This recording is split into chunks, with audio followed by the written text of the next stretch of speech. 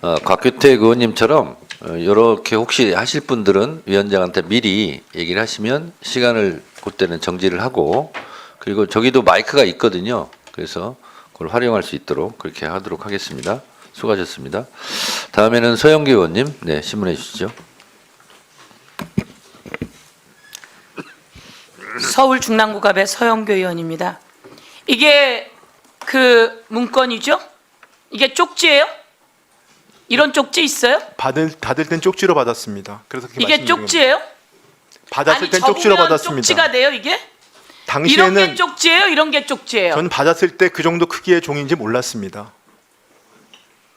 뭘 몰라요? 이 종이가 A4 용지를 뭐 한두 번 봐요? 이만한 내용을 쪽지라고 의도적으로 숨기는 이유는 뭔가 캥기는 게 있어서 그런 거예요. 그런 게 아닙니다. 자, 여기에 예비비를 조속한 시일 내에 충분히 확보하고 보고할 것. 이거 내란이잖아요. 그리고 국가 비상 입법기구 관련 예산을 편성할 것. 국가 비상 입법기구 관련 예산을 편성할 것. 내란이에요, 내란. 그럼 내란이라고 고발을 해야지. 그리고 나서 내란이라고 바로 고발하고 온 세상에 알려야 되는 거 아니에요? 그런데 이걸 가지고 나중에 쪽지라고 얘기해요? 윤인대 차관 이게 쪽지예요? 쪽지예요? 여러분, 대한민국 국민 여러분, A4 용지 이런 거 놓고 쪽지라고 얘기하는 사람 봤어요? 지시문건이지? 대통령이 비상계엄을 하면서 나눠주면 이게 얼마나 중요한 건지 봐야죠. 그리고 이거 안 됩니다 라고 얘기하고 나와서 이거 고발해야죠. 그리고서는 나와서 저는 반대했는데 이렇게만 얘기한다고 돼요? 두 번째, 지금 막 속보가 떴어요. 윤석열 용산 대통령실 싹 다 압수수색이에요. 아시겠어요, 법무부 차관? 지금 관저 전부 다 압수수색이에요. 그런데 안감한 압수수색 영장을 검찰청에서 반려했다는 거예요. 이렇게 내란을 계속 동조해도 되겠어요? 세상이 안 변할 것 같아요? 세상 변합니다. 그래서 이 내용 다 알고 예비비 준비하려고 했던 최상목 관련해서 우리가 탄핵해야 된다는 거예요. 탄핵을 남발한다고요? 징계를 때리고 그 검사, 그 잘못된 사람들을 잘랐어야지. 자르지 않으니까 탄핵하는 거 아니에요. 그렇게 해서 탄핵했음에도 불구하고 제대로 변화하지 않으니까 끝내 누가 탄핵된 겁니까? 윤석열 탄핵됐습니까? 안 됐습니까? 기재부 장관. 탄핵됐습니다. 윤석열 파면됐습니까? 그렇습니다. 대한민국 대통령이 파면됐어요. 거기에 경제수석이 누구였어요? 대통령 시절에. 제가 경제수석이었습니다. 최상목이에요. 그리고 파면될 때 기획재정부 장관이 누구예요? 접니다. 최상목이에요. 윤석열은 위헌하고 위법한 행위를 해서 파면됐어요. 그러면 거기에 기재부 장관 경제수석 했던 사람 당연히 사퇴해야 되는 게 맞지 않아요? 할 것 같아요. 저는 곧 사퇴합니다. 그래도 그 곧이 동안에 아니라 그렇기 때문에 그 동안에 제가 최선을 다하겠다는 거 다하겠습니다. 아닙니까? 당시에 사퇴했어야죠. 제가 여기서 이야기할게요. 문재인 정부 21년, 22년 코로나 때예요. 그때 세수가 얼마나 더 늘어났어요? 21년 61조, 22년 52조예요. 그런데 23년, 24년 윤석열 그리고 경제수석인 최상목, 기획재정부 장관인 최상목 시절에 56조, 30조 세수 부족이에요. 이러고도 뭘 할 말이 있어요?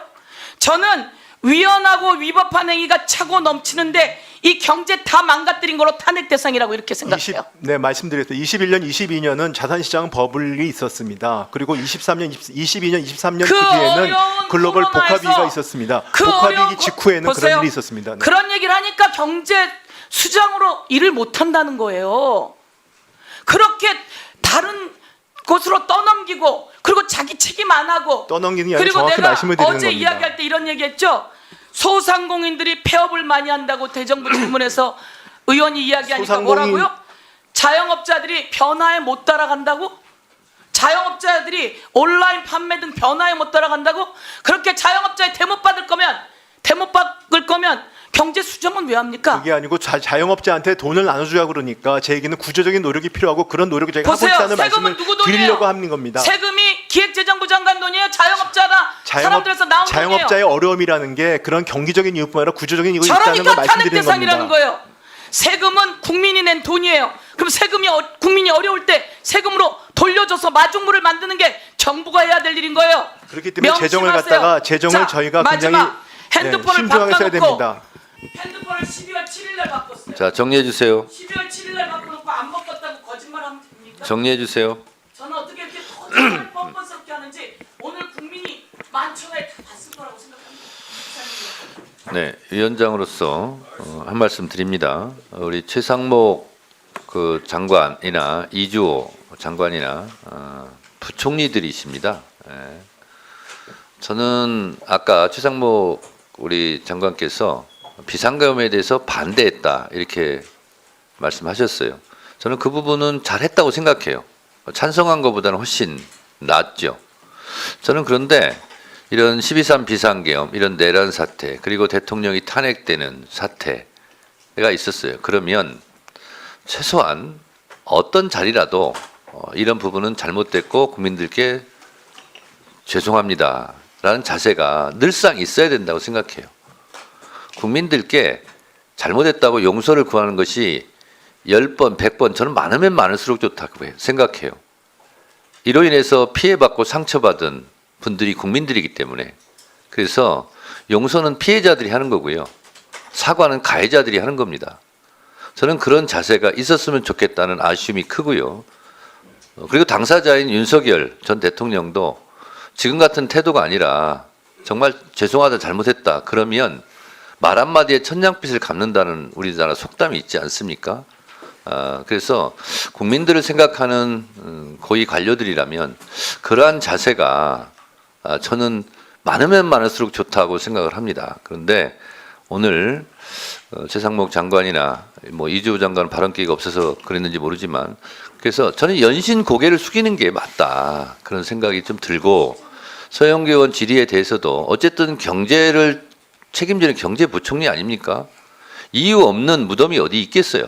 그러나 결과적으로 나타난 것은 어쨌든 경제 상황이 안 좋은 거 아닙니까? 그러면 윤석열 정부의 경제를 책임진 수장으로서 그 부분 죄송스럽게 생각합니다. 이런 태도와 자세가 옳지 않겠느냐 위원장으로서 그런 생각을 합니다. 참조하시면서 발언해 주시기 바랍니다. 네, 인정하겠습니다. 네.